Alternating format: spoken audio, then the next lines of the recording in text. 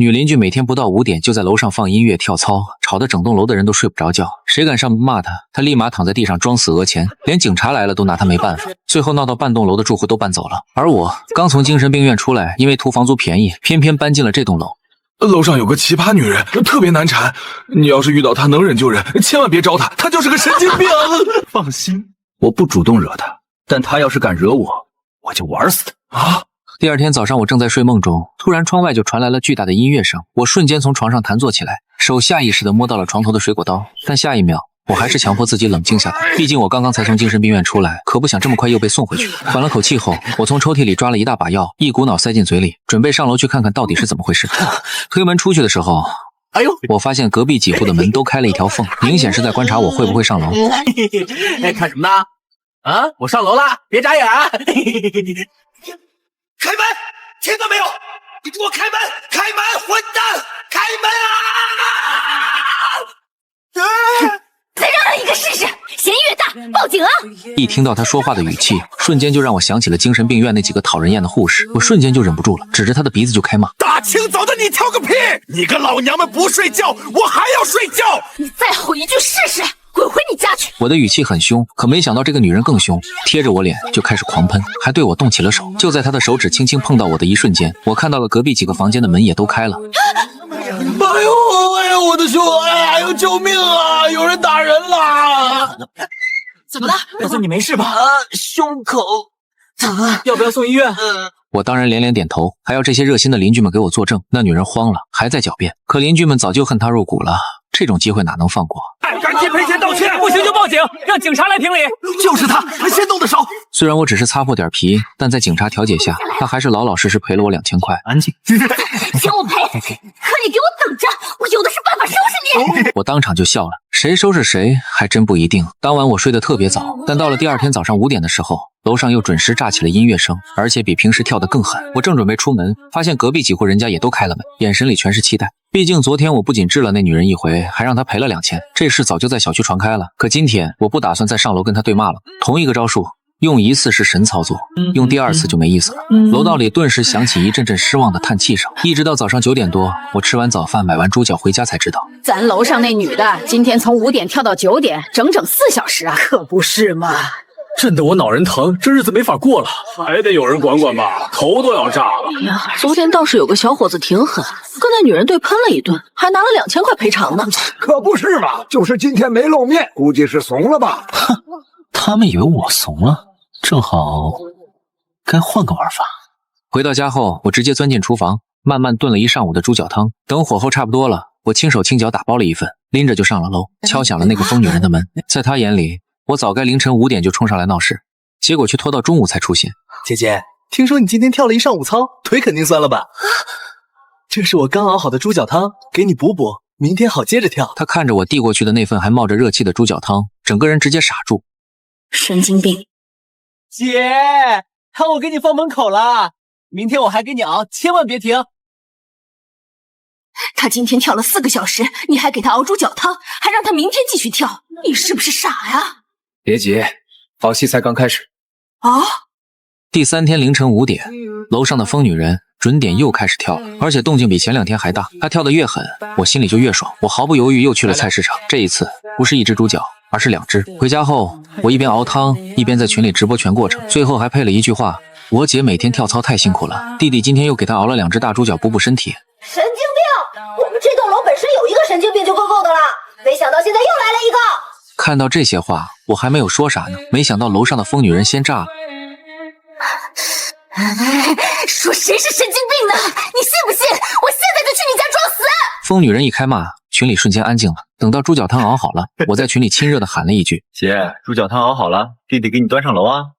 这次比昨天顺利多了，我刚敲门，他立刻就开了。弟弟，你还真给我送汤来了。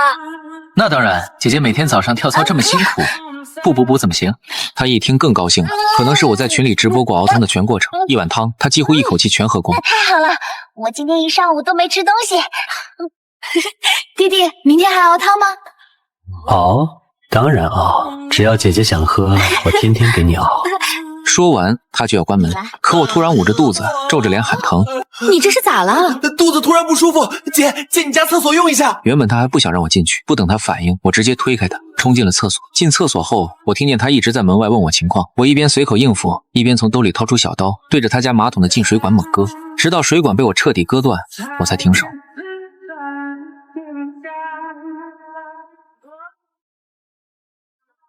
弟弟，你是不是吃坏肚子了？看着脸色都不太好。可能吧，我去医院看看，姐你休息吧。一出门，我第一时间把整栋楼的住户拉了一个新群，唯独没拉他。群一建好，我只发了一句话：今天上午谁都不要开门，听到啥声音都不要出去。对了，要是出门的话，记得戴口罩，以免被臭到。我刚发完这句话，不少人就在群里问我到底发生啥事儿，我懒得多解释，回屋补觉去了。这么清闲的日子可不多。迷迷糊糊间，我的手机突然疯狂震动，一看全是群消息。快来看啊！那个疯女人不知道吃了什么东西，在电梯里闹肚子了，疼死我了！这视频发群里，全楼都得笑疯。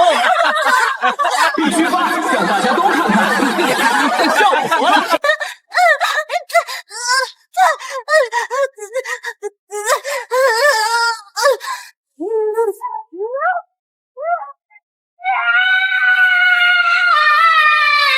他家里的厕所不冲水了，他要出来借厕所，都关好门。群里人疯狂刷屏，甚至有人在群里发起了红包，觉得今天是过年了。当然，很快还是有人想起了我，大家都在感谢我做了好人好事，终于收拾了这个女人。第二天，直到早上8点钟，楼上都没有传来音乐的声音，整栋楼的人都在感慨这是一个美好的早晨啊，只有我继续在熬汤。毕竟说好了要给姐姐熬汤的，一天都不能少。到了12点钟的时候，我又在群里直播，熬好了一锅汤。小王八蛋，你给我等着！我不会放过你的！从今天开始，我要整死你！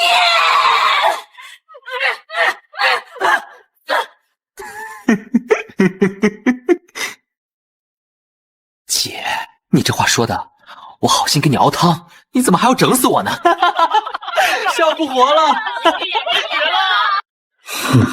怎么一点动静都没有？可奇怪的是，他并没有真的来找我麻烦。接下来的好几天，楼上安静的不像话，一点动静都没有。就在我以为这事已经结束的时候，真正的麻烦才刚刚开始。有一天我下班回家，刚走到门口就愣住，我家门前整整堆了10几袋垃圾。可恶，他是故意的，真是太过分了。孩子，算了吧，楼上的女人太疯了，你惹不起她的。我的房东呢，也不知道从哪里听到了消息，也给我打电话说要不然把钱退给我。对于这些好意，我都拒绝了。谢谢您的好意，他敢这么玩，我就奉陪到底。当晚我什么话都没有说，默默地把门口的垃圾清理干净了。清理完，我还特意拍了张照片发到业主群里，语气特别温和。这事我不追究了，大家都是邻居，没必要闹得太难看。消息一发，群里立刻热闹起来。是啊，抬头不见低头见的，让一步算了。对对对，和气生财嘛，别闹僵了。看到邻居们你一言我一语，我在等，一直到最后，那个疯女人还是没有发言。但是我去楼下看了一眼，那个女人家的灯关了，我知道她真的放松警惕，以为我不会反击了。哼。就在所有人都以为今晚能平安过去的时候，我没有睡。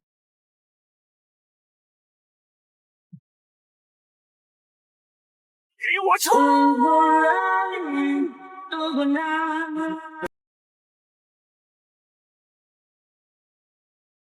兄弟，食量都到齐了，说吧，拆楼还是挖地基？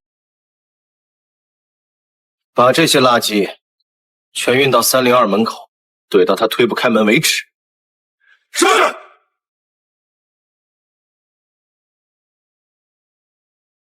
启动。王叔，您放心，事后我全收拾干净，绝不麻烦物业。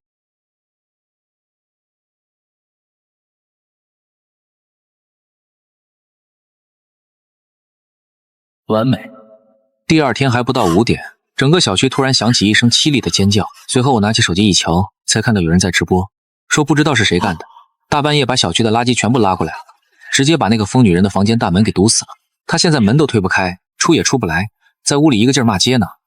嘿嘿嘿，聊着聊着，又有人开始怀疑我，我立马在群里装无辜。我昨天都道歉认栽了，这事怎么可能是我干的？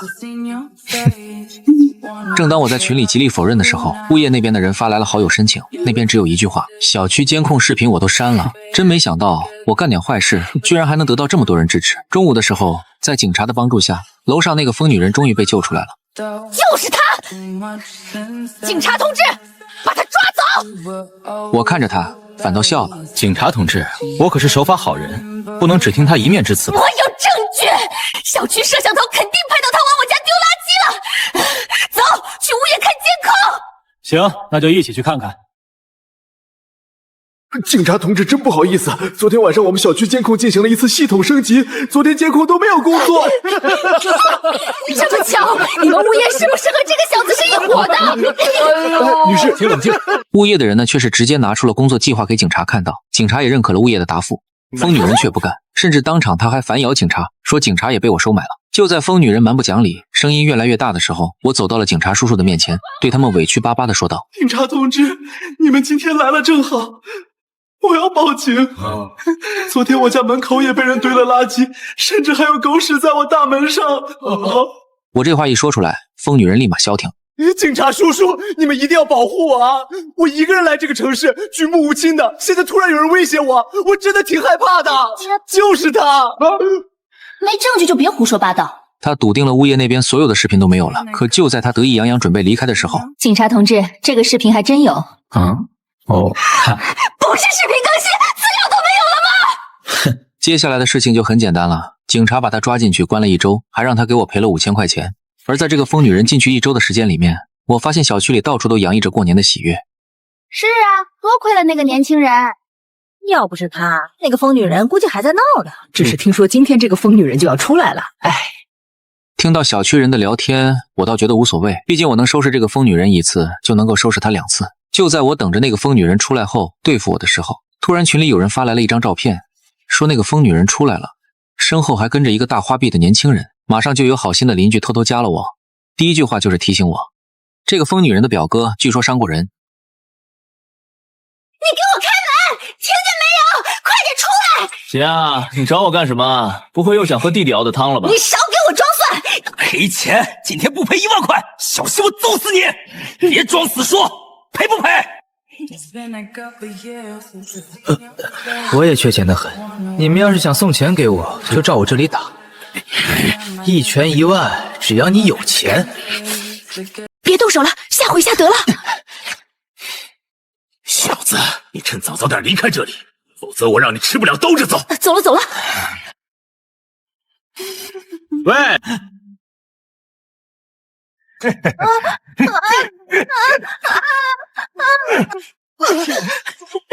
后会无期喽！给我站住！我揍死你！等等，快报警！赚钱的机会到了！警察同志，你们可得给我做主啊！他刚刚打了我足足200耳光，你们快把他抓起来！你说说，到底怎么回事？我搓了搓手，让火辣的手掌松快一点后，才对警察同志说道：警察同志，我冤枉啊！我刚刚正在家里睡觉呢，这个疯女人带了一个流氓突然来我家砸门。而且就在我入戏正深的时候，邻居们也站出来了。有拍视频的邻居举着手机对警察说道：是啊，这小伙子说的对，这兄妹2个人上门闹事，这小伙子是在自卫。也不知道这个热心邻居是恰好只拍到了这兄妹2个来砸我家的门，还是故意剪辑了一下视频，后面我扇疯女人耳光的镜头是一个都没有。警察同志，这个监控看到了一切，去掉录像，肯定能看到我被打的画面。物业来了。这是新装的监控器，还没有装线，啥都没有。不对，你们这群人都是一伙的，你们都在帮这个小兔崽子，你们都是一伙的。真是丢人！你们都在帮这个小兔崽子。最后在警察调解下，我大方的接受了他们道歉，并且再次找他们要了1000块钱的损失费。不过在表哥把1000块钱塞到我手里的时候，表哥再次在我耳边轻声说了一句：小子你等着，这个梁子我们算是结下了。看着表哥眼睛里的火热，我笑了，而且是哈哈大笑。接下来的几天，整栋楼里异常安静，疯女人没有跳操了，表哥也很少出现，但是所有人包括我都知道，这是暴风雨来临前的平静。可就在我等着这对兄妹对付我的时候，谁能想到单元楼里其他人家出事了，有好多户人家门铃大半夜的狂响，通过猫眼一看，外面什么人都没有，还有人大半夜睡觉的时候，窗户边有黑影飘过。就在整栋楼的人被折腾的受不了的时候，突然表哥兄妹出现了。半夜又按门铃了，这日子没法过。哟，这么热闹啊！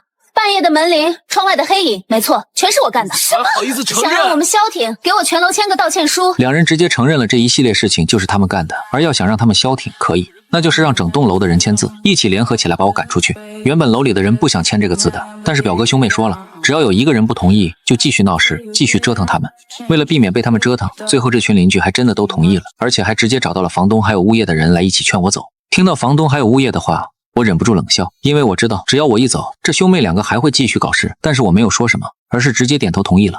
而且我还在小区群里直接发言了，说的是我走可以，但是你们不要后悔。我这个话说完，群里没有一个人吱声。不过呢，我人是搬走了，人还潜伏在这个小区群里面。果然就在我走过的第二天，我就看到了小区群里有人在抱怨，苍天啊，谁来带走那个疯女人啊，她又开始跳操了，还让不让人休息了。群里说什么的都有，很快就有人又想起了我，甚至有人开始怀念我在小区和这兄妹两个斗智斗勇的日子。当然也有人提了，当初那个年轻人可是被我们集体赶出去的。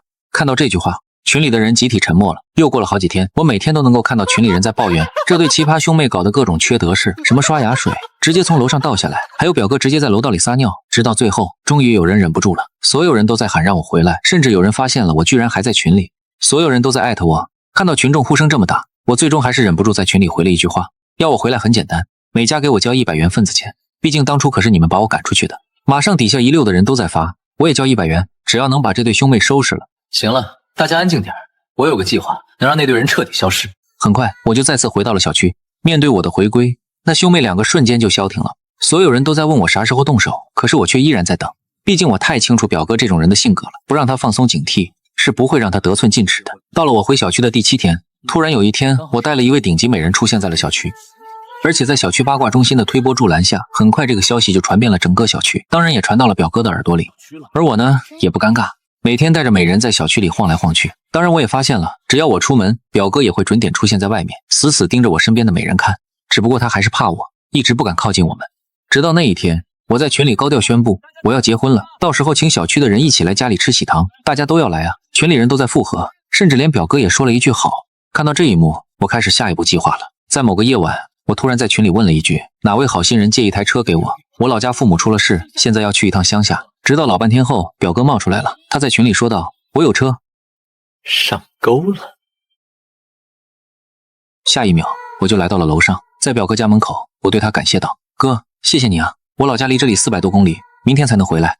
客气啥？你一个人去乡下吗？你女朋友怎么办？听到表哥终于问到女朋友了，我皱眉头道，他也想跟我回老家，但是他昨天生病了，现在还在床上躺着呢，他就不跟我走了。接下来我也不再停留，接过表哥的车钥匙，直接走了。就在我刚刚走出去没几步，听到表哥这笑声，我笑疯了，他是真的天真啊。为了让事情变得真实可信，我拿到车钥匙后，第一时间就给了小区一个保安，让他开着表哥的车子去乡下老家跑一趟，顺便看一下自己的父母。而我呢，转身就回到了我家隔壁老婆婆的房间里，等着看戏。果然就在我走后不到半个小时，有一个黑影走到了我家大门口，正在撬锁。就在那个黑影探头的时候，老婆婆家的监控清晰地拍到了这个黑影正是楼上的表哥。好了，这小子这辈子算是完了。随后整栋楼的人就像是收到了指令似的，在瞬间全部冲出了家门，一起将表哥堵在了楼道里。看到这一幕，表哥彻底慌了，他嘴里还在喊着我什么都没有干，这都是误会。可是所有人都压抑不住内心的愤怒，挥舞着拳头朝着表哥打了过来。直到楼上的疯女人听到了动静赶下来时，她看到自己表哥已经被打成了猪头，立马掏出了手机吓唬道，我报警了，你们快住手，你们凭什么打我表哥？让一让，我们看看情况。警察同志，你看他们把我表哥打成什么样了，都出血了，你们还不管？他们几个合伙打人，快抓他们啊！他们还说我们偷东西，胡说八道。最后还是物业调出视频出来跟警察说清楚了情况。这次物业没有掐头去尾，而是把完整的视频都交给了警察看。在监控里面，警察清晰地看到了表哥大半夜不睡觉，偷偷摸摸来我家撬门。而随后就是我家传出了女孩的惊叫声，小区里其他人听到动静后出来主持正义，暴揍表哥这个色狼。